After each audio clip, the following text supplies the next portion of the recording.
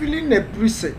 If you want to fill a preset, it's always simple. You come to fill, you come to gradient, you say more gradient, you see preset. Now they are made colors, already made colors. Let's say desert, you could see the variants.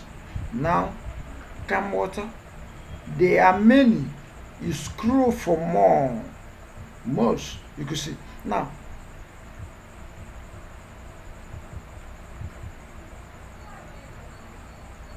rainbow.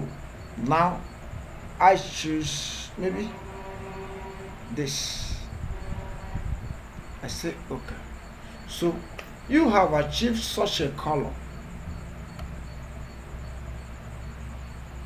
You could add text, do whatever you want to do with it. That is the way you set your preset.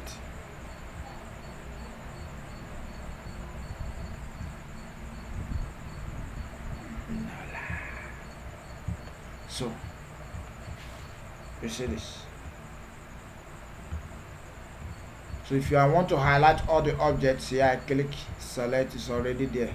So I have deselected it. Let me select it again. You come from here.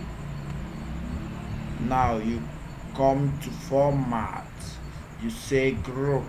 You say regroup. Now you can see all the objects.